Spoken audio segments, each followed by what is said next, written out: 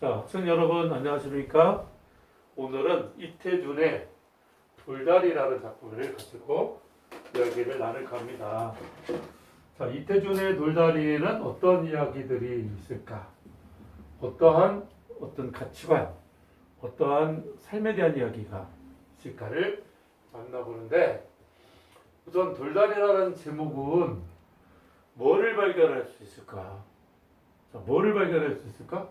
여기에는 이거의 반대로 나온 다리가 나무다리가 나옵니다. 나무다리.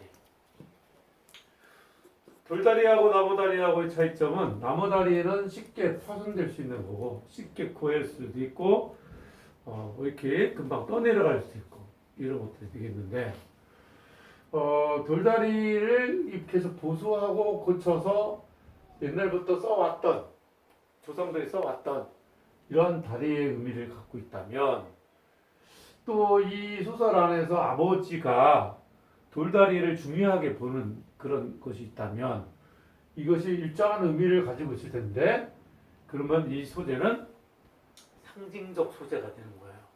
상징적 소재. 자, 이 돌다리의 의미를 그럼 우리가 뭐라고 정리해 보면 좋겠는가? 이게는 전통이라는 단어를 그래서 볼 수 있을 것 같아요. 전통.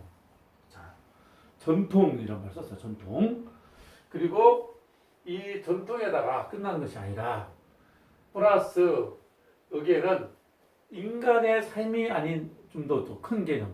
그래서 자연주의적 삶.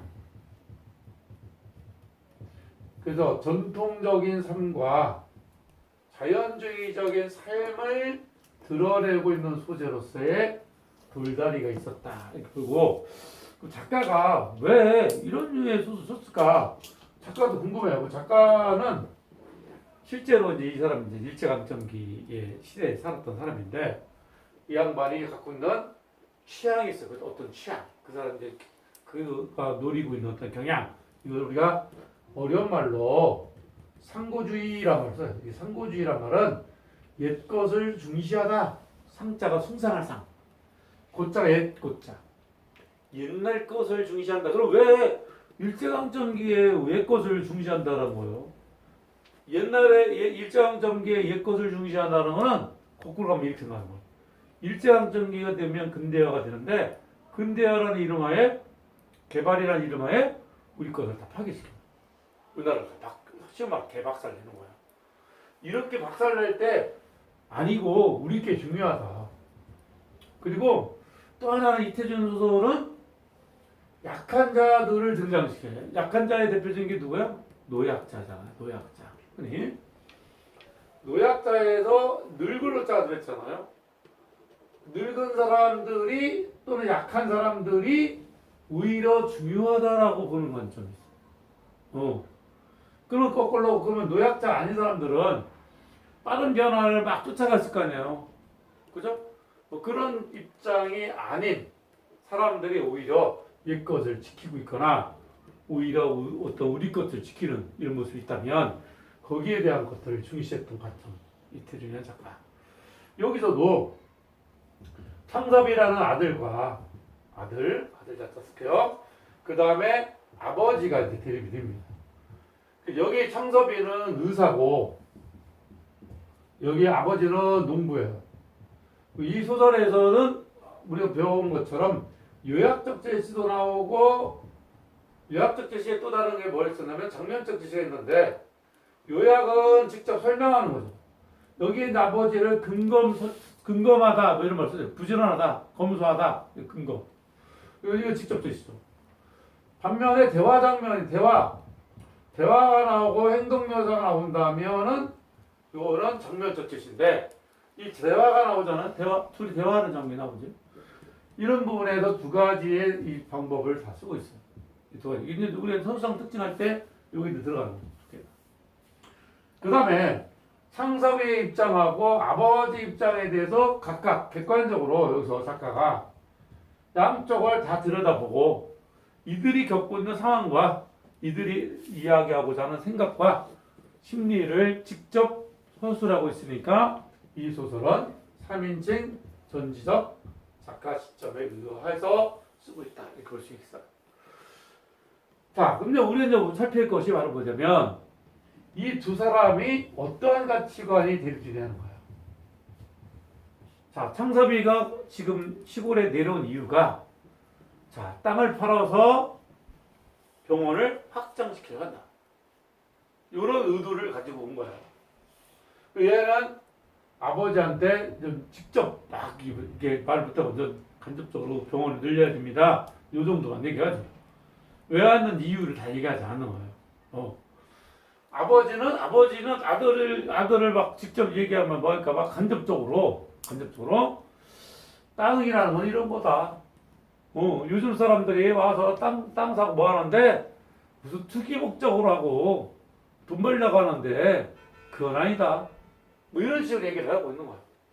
그래서 당대 일장정인데도 오늘날 우리가 이 소설을 읽게 되는 이유도 오늘날도 아직도 이런 류의 인물들이 있다는 거잖아. 예. 그러면 창섭이와 같이 자본주의적 시각을 갖고 있고 아버지는 자본주의적 시각이 아니라 아까 얘기했던 우리 것을 지키는 전통주의적인 이런 입장을 중시하는 입장. 또 땅에 대한 인식 차이가 있어요. 땅에 대한 인식 차이. 자, 얘는 돈이 될 수 있는 입장이라면 얘는 근본적인 농사짓고 땅을 소중하게 여기고 이런 입장의 인식 차이가 있고 또 다른 입장으로 간다면 아들과 아버지를 우리가 세대 간의 어떤 차이에 의한 갈등이 있을 수 있다고 볼 수 있어요. 자, 이렇게 이런 입장의 차이들이 우리가 궁극적으로 갈등 관계를 형성시켜서 좁혀지지 않습니다. 전문이 조심할 것은 둘이 좁혔다. 단 조심할 것은 아버지는 아들에 대한 이해를 하고 아들은 아버지가 더 이상 할 수 없을 것이라는 걸 알게 되고 돌아가는 뭐 이런 정도의 흐름이 있었다는 정도. 이렇게 과정들을 볼 수 있는.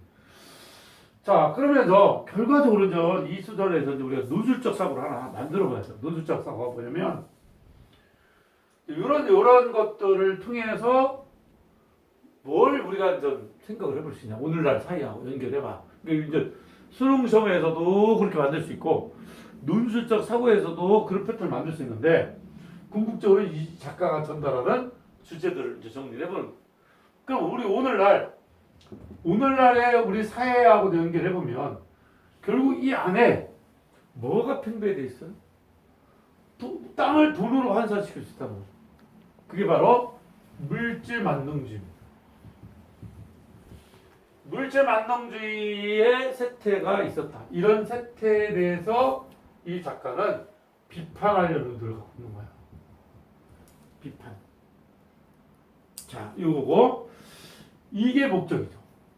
이게 그러면 한 단계 더 나가서 오늘날 물질 만능주의 세태가 드러나고 있다면 우리 사이에 어느 부분에서 그런 것이 드러나고 있는지 또 다른 사례들을 한번 찾아보고 그거에 대해서 관심을 가져보는 이런 훈련들이 필요할 것 같고 여기에 관련된 글쓰기들을 한번 해보는 것, 또 그 다음에 이런 소설을 읽어보는 것